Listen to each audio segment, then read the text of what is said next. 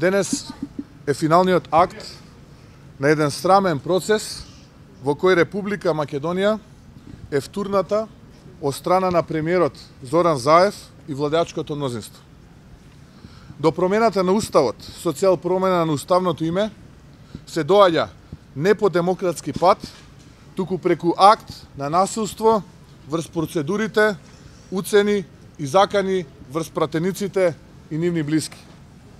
ВМРО-ДПМН и Коалицијата за подобра Македонија нема да учествува во тој процес и на денешната седница нема да дадеме како политичка партија легитимитет за промена на Уставот, затоа што таквите измени немаат легитимитет од граѓаните.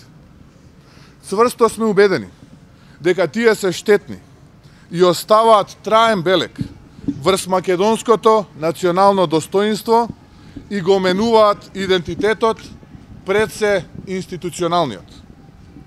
Имаме процес на промена на Уставот преку промена на уставното име, до кој што се доаѓа преку пазарења, драконски уцени и за таа цел има масовна злоупотреба на обвинителството и судскиот систем. Кацарска судството, рускоско обвинителството и специјалното јавно обвинителство се механизмите на власта за пресметка и уценување. На референдум Зоран Заев не доби поддршка за менување на Уставот и името, туку тоа го прави на криминален начин, преку користење на судските и обвинителските механизми за уцена на пратеници да гласаат.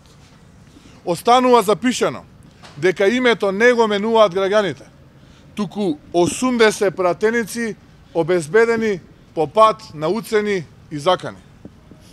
Значи, кај дел од пратениците имаме гласање под уцена, а не гласање по убедување и волја. И сега знам дека ќе има такви кои ќе го негираат тоа.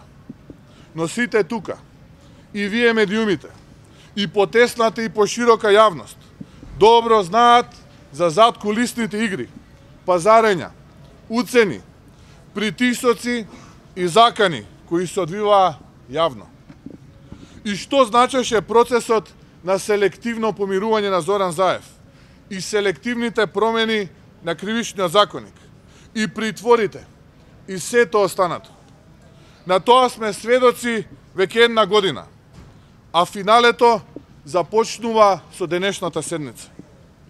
И сега ќе прашам јасно и гласно, европски ли се тоа вредности? Одговорот го знаеме сите дека не се.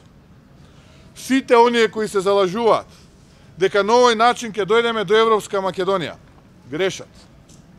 Вака стануваме се подалеку, затоа што Европа е пред се вредности, принципи, какви владеачкото мнозинство ги крши на дневна основа. Стануваме поделено и разединето општество. Оваа влада, составена за едно прашање, го губи легитимитетот, затоа што спроведува политика која нема легитимитет од граѓаните. Северна Македонија може би е на Заев и тесните соработници кои преку промена на името сакаат да ја сочуваат позицијата и привилегиите што тие ги носат. Но мојата татковина и на граѓаните е Република Македонија. Онаа за која што мнозинството гласаше на референдум на 8 септември 1991 година. Се нанесува тешка неправда и прават огромна штета. И во една ваква ситуација отпорот е она што ни преостанува. Сакам да се обратам и до граѓаните на Република Македонија. Јас, како еден од вас, ќе го користам демократското право, мирно и достоинствено, да протестирам и пркосам за сето она што се случува и ќе се случува денес, но и следните денови во собранието, бидејќи тоа ни преостанува. Ве молам искрено од дно на душа, да не подлегнувате на провокации, ниту на измислени информации и конструкции, од полициски структури инфилтрирани. Ве повикувам да ни се придружите и да останеме достоинствени, иако сакаат да ни го зема достоинството. Да останеме честити, иако државата е окупирана од нечестита власт.